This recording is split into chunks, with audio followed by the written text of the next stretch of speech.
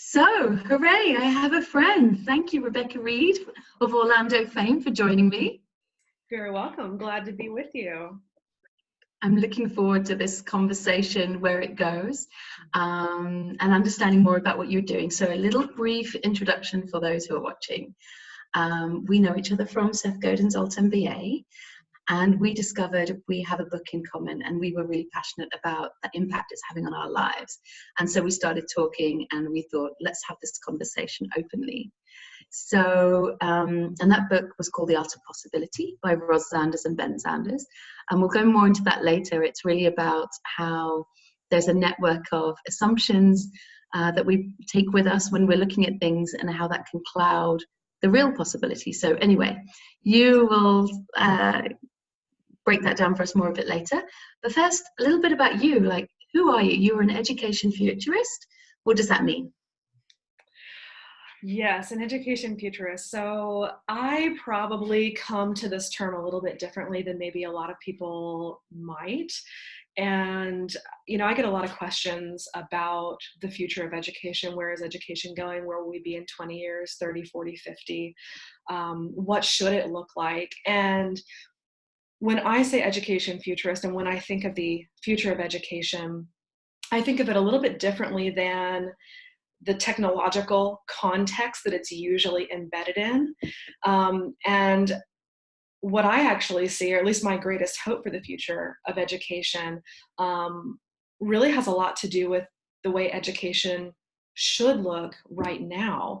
And in fact, should have a lot to do with maybe broader application of some of the more innovative work that a lot of people are already doing. So when I talk about being an education futurist and where we will hopefully go, I see a lot of possibility in the things that are already being done, and seeing those things happening more and more. So tell me a little bit. So now you're opening up our eyes in terms of the realms of possibility, drive. It's a huge undertaking. At the same time, you could say it's a very focused undertaking. It really is down to your drive, your commitment, your vision. So how, as you're going through, as you said, what is such a broad spectrum, I mean, how is the material you're looking at now, whether it's the art of possibility or maybe there's some other great things out there, how are you supporting yourself and your mindset as you go on this journey? Anything that we could learn from you? Well, I think that's a great segue into the book, right? This year for me has been all about breaking the glass ceiling inside of my own mind, so to speak. And that's really what I came into the calendar year with the goal of doing. And I mean, I can say more about that or not, but I mean, what do you think? I don't know. Well, actually, I already thought, I mean, I think a lot of people, when they hear glass ceiling, it's something that we use, and again, maybe from the business world, it's something that we talk about. People reach a ceiling where they can't get up, further, and it's imposed by others. So what's really interesting about this is you're talking about your self-imposed glass ceiling.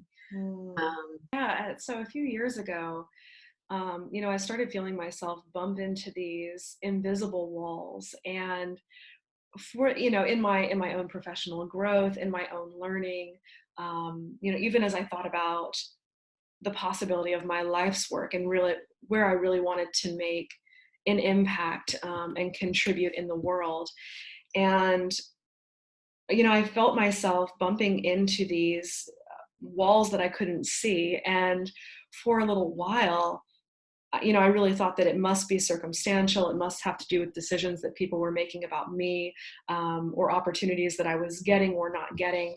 But I really felt like the obstacles were external to myself. But when I really stopped to think about the patterns I was beginning to see, I realized that these invisible walls, which I now call the glass box, were really existing within my own mind. They were, thought patterns that I was not even aware of, or scripts that I had been acting out for a very long time. Things that were very much under the surface that when I stopped and reflected on, I realized that these were really limitations that were being set up and acted out all within the realm of myself. And so when I realized that and started to kind of consciously understand that, I put a stake in the ground and told myself that, coming up into this calendar year, I don't really do resolutions, in the traditional sense, but I said, no, what do I want this year to be about for me? And I decided this was going to be the year that I shattered that glass box, which is a really difficult journey, by the way, uprooting old belief systems that don't serve you anymore, and understanding your own biases, and uncovering your own fears that have stayed hidden for so long. It can be a very painful process, but that's the process I've been going through in my personal professional journey this year. And the altMBA was maybe a watershed event for me, and really kind of gave me a big hammer to take a swing at that glass box. And a lot of that was because of the community that we had, the generous and creative and championing community that we had together. But moving forward, it's really been committing to running that race myself, and continuing to do that work. And, you mentioned The Art of Possibility, and that book I actually read post altMBA. And, if the altMBA gave me a hammer to kind of take a swing at this big glass box, The Art of Possibility gave me a broom to start to sweep away the pieces that were still remaining. So it's played a pretty key role in my mindset, to this point and moving forward. Some really powerful analogies you just painted there. So it's almost kind of like I almost kind of see like someone doing some restorative work, and when you talked about brushing away, just delicately, taking away the powder, maybe giving it a delicate, wipe over it, and you're kind of revealing what is already there. You said something interesting before we go into that, which was, I can really sense the energy when you're saying, look, you put a stake in the ground this calendar year, you're giving yourself a challenge. And I can really understand the courage that takes, because it's one thing to say it, and then you leap and you do it, and then what? How do you maintain it? So I can really understand that. And I think from the altMBA, the glass hammer was really that possibility to talk with people that really listened and nourished you and gave you that honest space to talk openly about what needs to happen.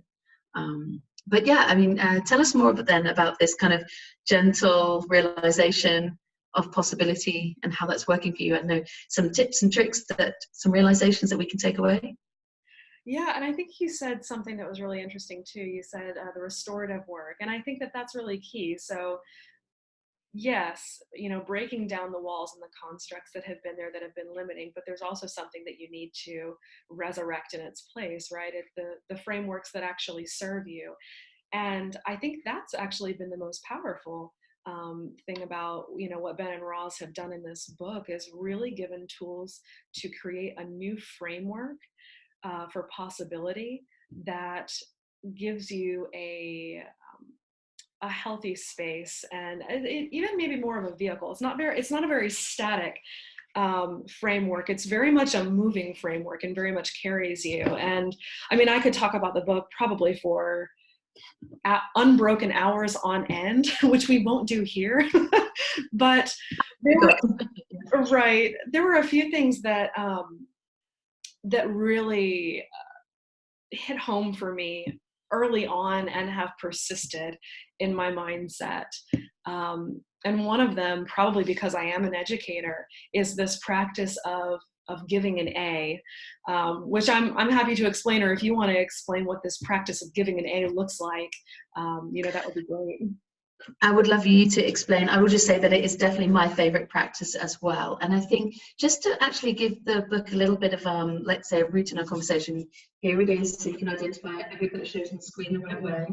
So there's lots of possibilities. So what I really liked about this is, we had a lot of books to choose from.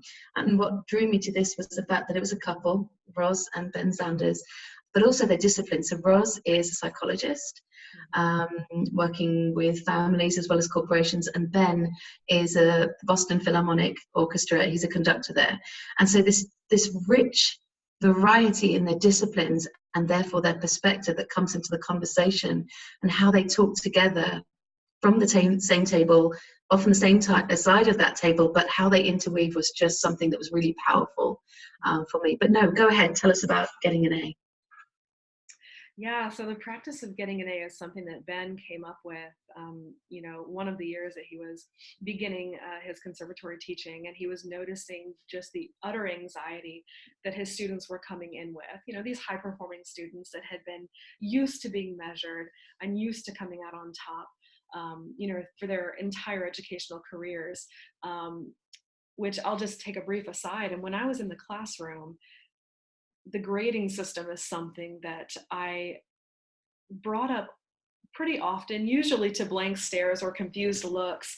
I really saw As a teacher? As a teacher, Oh. yeah. The A through F grading system, that we use in the US, and, the grading system that's used globally in a lot of spaces. I don't know if it serves the purpose that we hope that it will. And if it does, I'm not sure that the purpose that it serves is the purpose that students actually need, especially at the earliest ages of education. You think about an 8-year-old being measured on his learning and measured on his performance and being labeled an F student, and the impact that has on their learning journey. And even knowing that what we're shooting for in a lot of ways are letter grades. I think it just might interrupt the learning journey that we hope it's going to support. So that's a little bit of a side note. I don't want to get in the weeds there, but it's something that I thought about often when I was a teacher was, boy, what if we changed the grading system, and what if we changed the role that letter grades played in the educational process? And of course, there are quite a few educational bodies that do take a more innovative approach, to assessment and grading systems. But that's another story for another day. So I came into this practice in the book, and Ben recognizes that his students are coming in with this anxiety. It's actually interrupting their learning process and getting in the way of their educational journey. And he says, you know what? We're just going to toss this out. And he says to his students, I'm giving you all an A now at the start of the semester, so long as you can write a letter to me as your future self at the end of this semester, explaining what it was that you did to earn your A. And the letters that these students write and the vision that they casted for themselves through this process of giving themselves an A, I was blown away by the things that they were writing and the things they were envisioning for themselves and the reasons why they felt they earned this grade, that were so much more rich and robust and alive than the static grade generally is, and the kind of learning that it generally inspires, right? And so this was the practice, and he talks about the impact that it has on his students. And I was just blown away by so many facets of, or maybe so many implications of this. He, in one fell swoop, he communicates his belief in his students' ability to learn and to grow and to take charge of their own educational journey. He expresses the trust that he has in the partnership between the two of them as student and teacher to go on this journey together. He leads them to set up their own vision for themselves. He does all this simply by saying, tell me why you earned an A. And so I loved it. Application for us, as he's going through the practice, he's saying, okay, so here's what we can do for ourselves, is we can ask ourselves in our daily life as we're showing up, in what ways can I give myself an A? And in what ways can I give the people around me an A? And how does this change the way that we show up and the possibility that we bring into the work that we're doing? Mm-hmm. And it was interesting, isn't it? Because he talked about it was very freeing for them. Before there could have been the frustration of I need to do, will I get, and nervousness and apprehension, and it turned the learning into what it should be, which is a pleasure, which is a journey. So he described it as freeing. I also like the point that he made is that we are so ingrained in the system of measurement that he said when he was discussing with Roz, should we abolish grades? And he was saying that students, especially at that level of learning and at that level of mastery and journey towards mastery, would feel cheated if they didn't have a grade. And when I apply this to the business practice, I feel that this is like a pre-mortem. So you read in the Harvard Business Review, don't do a post-mortem, do it before, imagine what could go wrong. And when you compare and contrast, this is, you can do that. You can say what's going to go wrong, but this is about imagine the possibility of all that can go great. And it's much more setting a vision rather than thinking, okay, how should I plan differently? And I tried it recently. I realized that this is a practice that is my favorite practice out of the 12 practices the book talks about, and I hadn't done it. And I'm just planning on starting to go into a new role, and I realized I haven't done it. And doing it, I realized there's all these little things that I'm missing on doing, like daily habits practices that could be so powerful. So yeah, just wanted to vouch for it. Mm-hmm. And can I ask you, when you said, when you talked about as a teacher, abolishing these grades, or, are the grades serving you? Did you have that dialogue with any students, and what was their reaction? Did they feel like that you were just pacifying them, or, what was their reaction to your point? That's such a great question. I don't think I ever asked a student directly that question.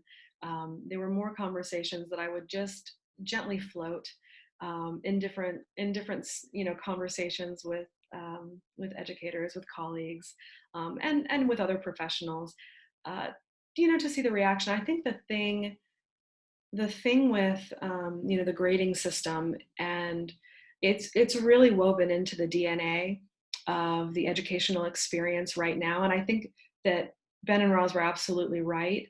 For the students in their conservatory, if you take away the opportunity to earn an A, they may not know what to do with themselves, because their entire educational journey up until that point had been defined by, held in by, given within the context of a grading system and a measurement system. And meaningful assessment is, a core part of learning. And that was a lot of what we were doing in the altMBA, was giving each other meaningful feedback, assessing each other's work and thinking,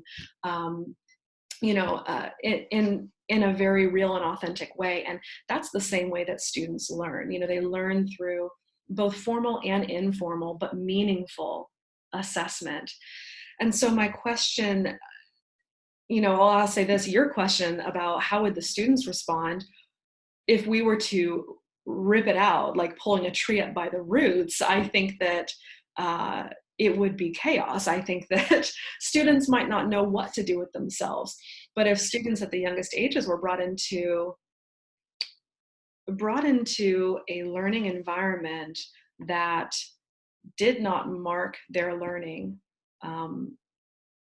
by a rigid lettered system, I think that they would flourish and thrive. They will still need assessment. They would still need feedback. We would still have standardized markers to understand where they are, along the path of their development, and all of these things that are very appropriate. But the role of that measurement would not be what informed the learning process. Yeah, this reminds me of it's almost like a fuel. This and you're right, it's this distinction that younger children have, and you said it earlier with the example of your friend bringing kid energy into the classroom. Young children have that thirst for learning. If they fall over, they learn it hurts, but that doesn't mean that they say, oh, I'm definitely going to stay away from running again. And it makes me think of Dr. Carol Dweck's work, and her kind of almost her encouragement to say, let's talk about those failures, because those failures are how you're learning. And we say that as adults, but we don't really enjoy it. But as kids, they know no different. And I love the practice where she talked about, almost to the children that have already learned to say, well, I know everything, to kind of tease them. What? You didn't learn anything today? Oh, what a shame. It just reminded me of that.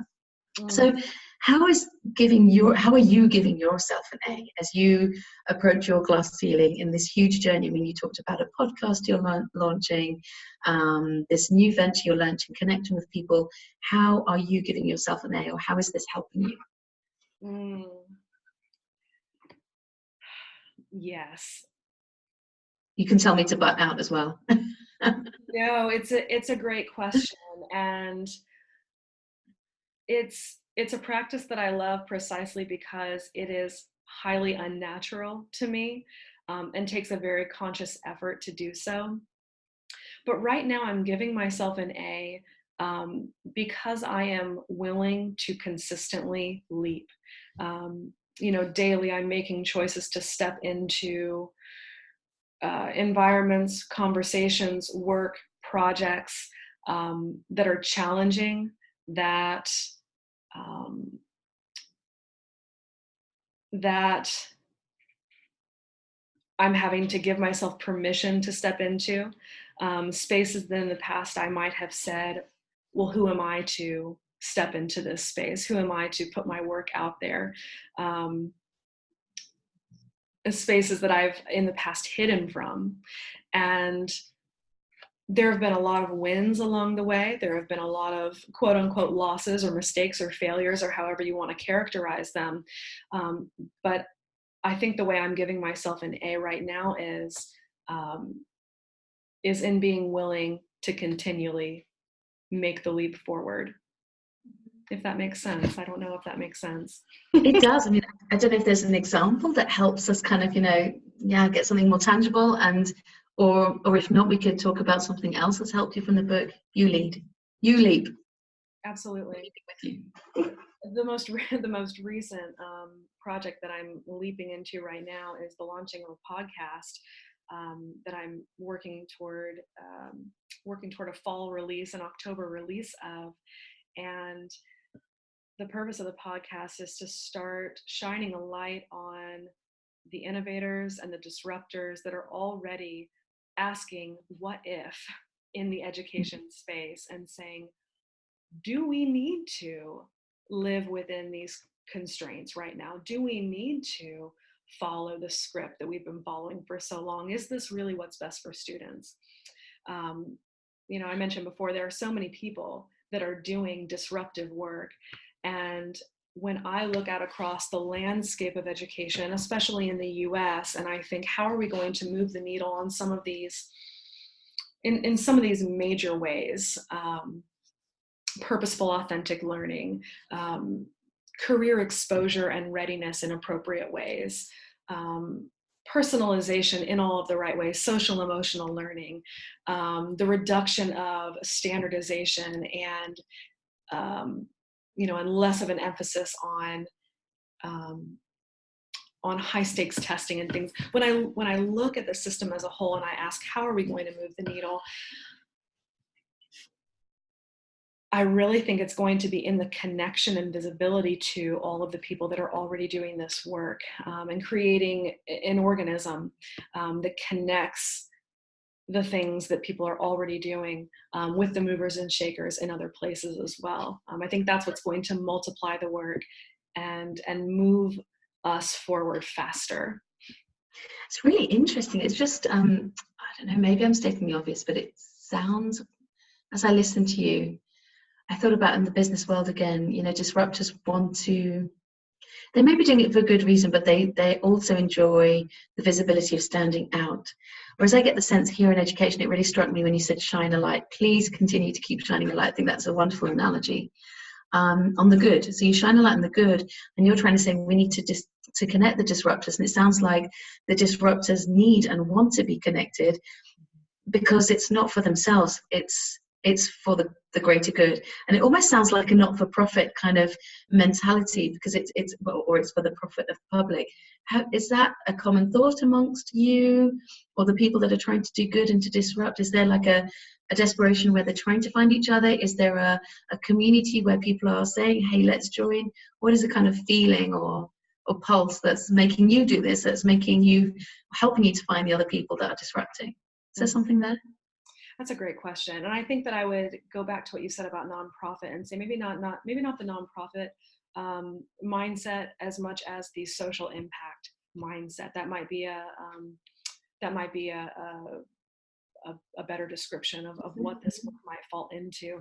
But that's a great question. What is the pulse?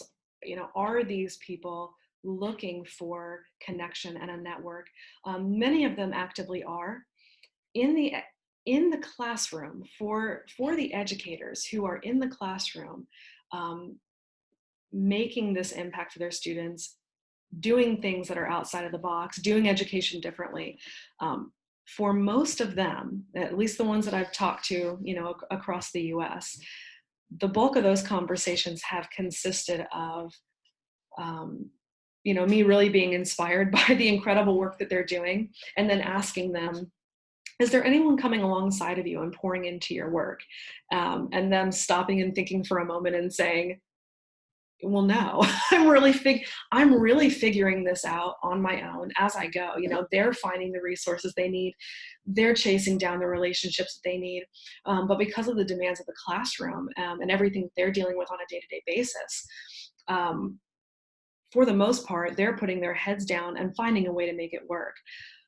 What I found is when I ask them, gosh, would it be great to be connected with other people who could step into this work and pour into your vision? The response has been a resounding, yes, that would be amazing, but I don't know exactly where that is or how that's happening. That's the reason that I've actually founded the Teacher MasterMind, which is another project that I'm in the process of launching.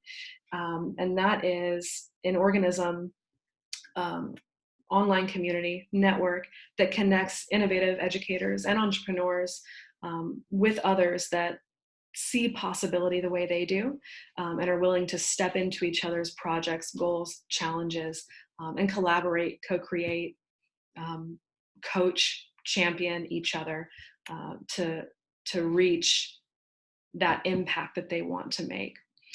So that's, aside from the podcast, that's something else that I'm working on as well. I can see what's keeping you busy, and the fuel that you need as well. Okay, so interesting. So Teacher Mastermind, I know it's not a LinkedIn. You talked about collaboration, co-creation, cross-pollination of ideas. So what could people expect? I know it's not quite launched yet, you're working on it. What could people expect when they go to Teacher Mastermind?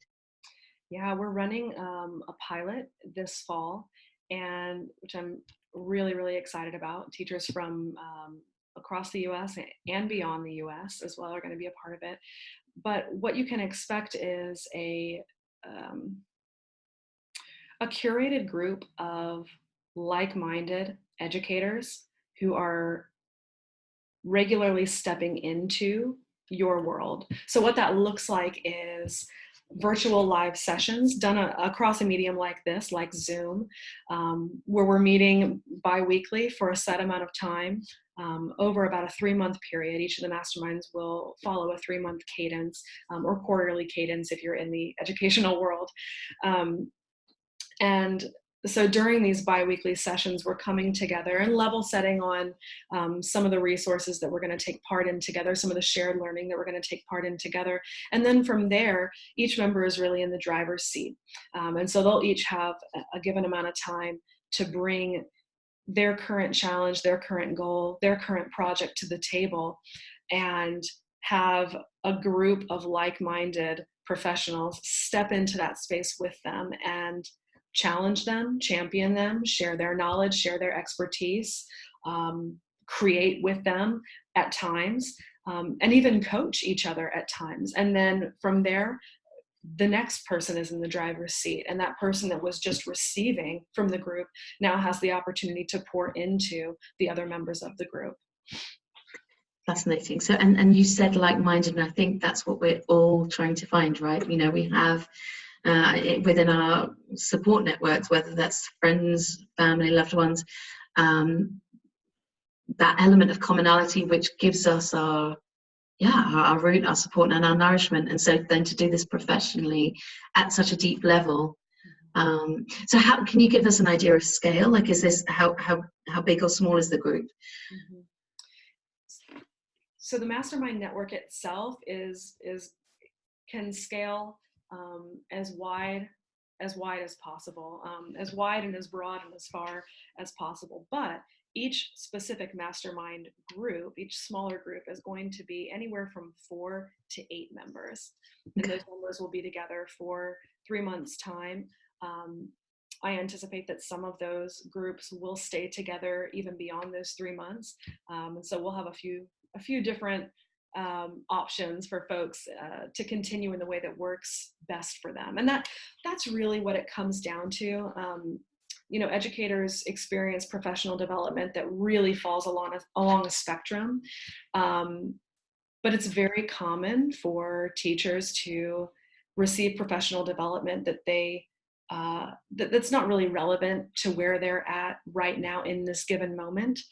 And the Mastermind is designed to provide accelerated growth and learning with pinpoint accuracy toward what they're trying to accomplish and the vision they're trying to lay out for their students or the teachers that they're leading. So as part of your facilitation, your art, and what you're bringing also, the making sure that space is balanced, that people are complementing each other and facilitating that ability to learn from each other. Yeah, absolutely. And I think that's it is an art. It's an art and a science to be able to create an environment that works well for all of the different personalities that are in it, but to also step back and let the authentic learning really take part amongst the group members themselves. So yes, art and a science for sure. We can cut that part if we need. And I know we've had that conversation before about where art and science meet. That's for another day. It makes me, okay, so I'm feeling greedy now. And I'm just imagining all these pearls of wisdom and such a productive exchange taking place. How can I be part of it? I'm not a teacher, but I'm a parent. And so I'm an active participant. So is this something that I could expect from your podcast? And how do I access some of these conversations and take tips and tricks that I can, weave into the home, or I don't know, influence the teachers that my daughter is as she makes her way into the world? Yeah, that's a great question. Another project. Well, there's lots of thoughts on the horizon for the parent connection here with all of this and the role of parents, family, and community in the future of education. I mean, none of it is, it's not as compartmentalized as we have built it up to be, over the past 40, 50, 60 years. It's much more integrated. But yes, more to come on that. Right now, that's a great question. Right now, I think the podcast is probably going to be the best place to get visibility into the great things that are happening across the US, across the globe, really.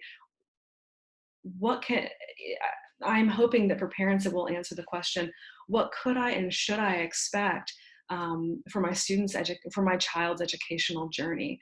What's the model that I can be looking to, mental or systemic or otherwise? Where are the models? And the podcast will be shining a light on a lot of those models, and give you opportunities to plug in directly with the folks that are doing great work, or to take the models and their leadership and and bring that into your own community in whatever way makes the most sense. So you just raised an interesting dimension. So in my business world, I'm always talking about US and ex-US. So is your mastermind, is that to start with US focused, or is it a global possibility? What is the roadmap?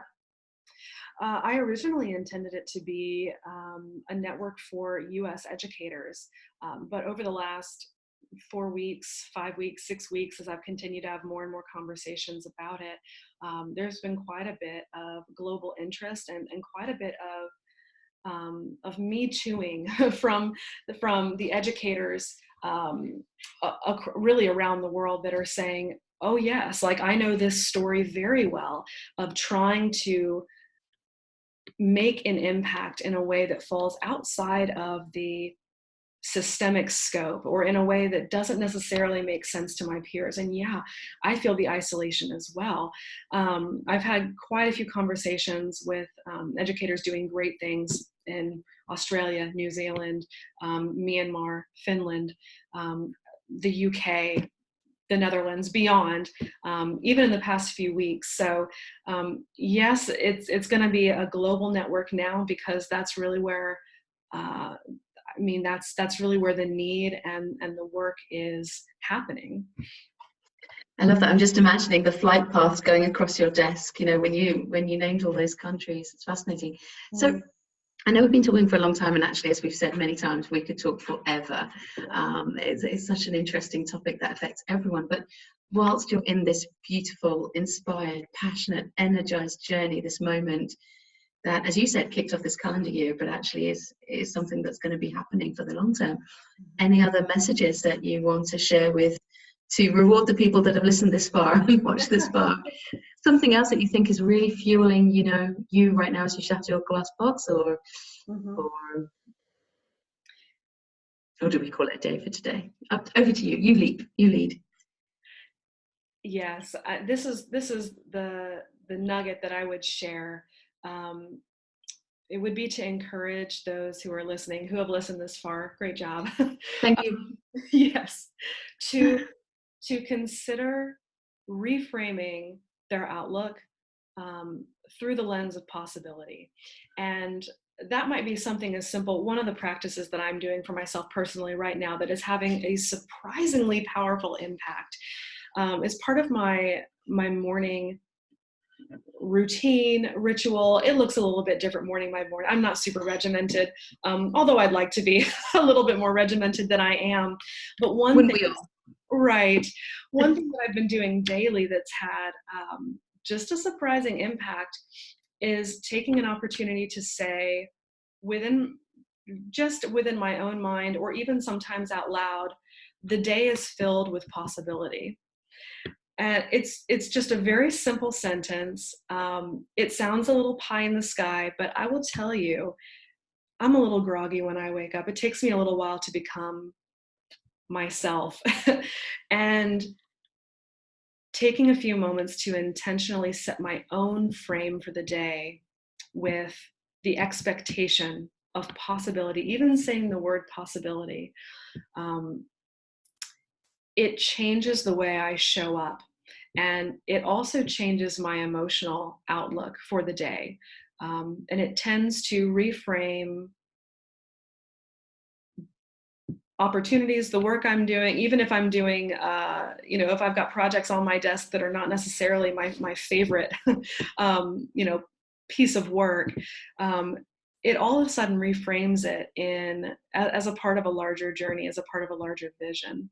So that would be something that I would just throw out there to everyone. Consider what it looks like for you to reframe your days through the lens of possibility. And I would just add one more thing too.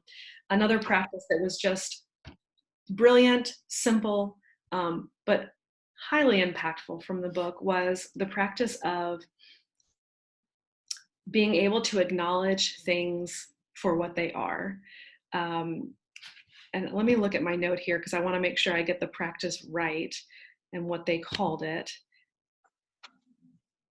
Oh yeah. Whilst you do that, I'm just going to write down days filled with possibility, because as you said that, it really made me, as I say, I've read the book, I love the book. I didn't think I could have another high after reading The Growth Mindset by Dr. Carol Dweck, but this was like the next step. And thinking about possibility, if you think about like the psychological triggers when you wake up, your mindset is so important. And we know about practices such as morning pages, that stream of consciousness, but to set yourself, I almost feel like it's a difference between life and death. We talked earlier about a pre-mortem, post-mortem, these things you do in business, but rather than associate it with a mortem, possibility, it really is the difference between life and death. So I was just buying you time if you've looked at your notes. No, I love that. And I really think it is too. And my day takes one of two very divergent turns based on how I embrace the idea of possibility. So the second practice is called The Way Things Are. And for me, as an idealist, it was initially a little bit of an affront to me. I had a hard time taking it in and chewing on it at first, but it's just this practice of being willing to look at any given circumstance, large or small, whether we're talking about, the environmental crisis in the world right now, or whether we're talking about, a job rejection, or even something smaller as a missed opportunity or a spilled cup of coffee or whatever it might be, being able to look at the circumstance in front of you and call it for what it is, but not stop there. Call it for what it is, which actually frees you up to take steps forward and decide how you're going to act. I spend a lot of time spiraling in the wrongness of so many things. Oh, it should not be this way. Oh, if only it were another way. Oh, this is so wrong. I can't believe they said that. How can anybody have this opinion? Whatever it might be, my default is to sit in the wrongness of a given circumstance, just because of where my convictions lie and my values lie. And so I think I'm a little predisposed to it. The problem with that is there's nothing you can do about it at that point. There's no forward motion or construction from that point. There is only sitting in the mud and wallowing, essentially.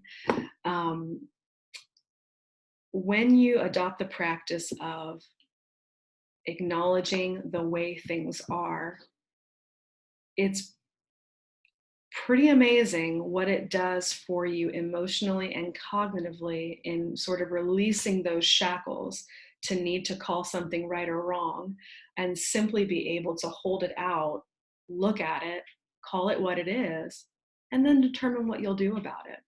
So it frees you up, and it also gives you the responsibility of acting, which is of course what we want to do anyway, about any of these things. So that's shown up in my life in big and small ways, even in situations as small as, oh no, I procrastinated a little bit too far on this, given project, or this conversation that I've needed to have, or, goodness, I've stacked my day so high that now I'm feeling overwhelmed. Well, I can continue to feel overwhelmed and be really enslaved to that emotion and mindset, or I can say, yes, I have a lot of things on my plate. Yes, I have chosen to put all of these things onto my plate in the same given day. Now what am I going to do about it? And it's a remarkably freeing thing. I love that you chosen that practice, and I was just thinking of none of the sayings are coming to my mind, but putting the past behind you means easy to say, and that's what they say. These practices are really something that need practice. So what I love about this practice you've chosen is that it seems so obvious, and people could go, oh yeah, but in the moment, especially when you're in that situation where something has going wrong, and maybe you don't call it wallowing, it's a waste of energy. You're thinking about the things that have happened that you can't affect anymore, but you are the leader of the next few minutes or days or weeks of your future. And being in that position to influence and seeing yourself as that, and that possibility is the freeing part. And I think it's not until you've gone to the, okay, what now? Or, oh, well, point that you really move forward. So yeah, I love that. It's wonderful. And so what now? How do people, I don't know, the people that want to hear more, so your fellow educators, the disruptors, the people in the space that want to learn more, know more from you, or like me as a parent, follow you, like, how do we get in touch? How do we stay tuned to what's happening in the space? Well, I love that question, because these are the conversations that I want to have, and continue to have more and more. Right, I would say head to this website, but the website is still under construction, so I won't send people there yet. Right now, probably the easiest way is to connect with me on LinkedIn. There are a few different ways that we can set up conversations. You might know somebody who would be an excellent guest to have on the podcast. You might know a teacher who would really benefit from being a part of the mastermind, or perhaps you are an educator who would love to jump into either one or both of those opportunities. Connect with me on LinkedIn, and maybe we can include notes in the different mediums that we're sharing this video on, if that sounds good. And that might be the easiest way to connect moving forward. And then I would say also be on the lookout for the podcast, which is going to be releasing in mid-October. It's called Off the Assembly Line. Off the assembly line. Off Okay. the assembly line. Yeah, we're trying to bring the education system out of the factory and get our students off the assembly line, and thriving in all the best ways. And the Teacher MasterMind website's currently under construction. That'll be released soon. But if you follow me on LinkedIn, you'll see updates about all these things. Great. So I'm going to recap a few of those things. So Rebecca Reed of Orlando fame, Teacher Mastermind, connect with you first on LinkedIn. Your website, Teacher Mastermind, is coming soon. And your podcast, Off the Assembly Line, is due for release mid-October, did you say? Mid-October. Mm-hmm. Great. I love that. And that sounds like a hard deadline, but there are possibilities around that, right? There absolutely are. Earlier if possible. I'm really I want to get the work that people are doing out and visible as soon as possible. And I know you shared before we started talking, you have conversations with already 5 people lined up this week. So it just shows how active you are and others are in space. So really looking forward to it. So I wish we didn't have to stop there, but I suppose other people do have other things to do.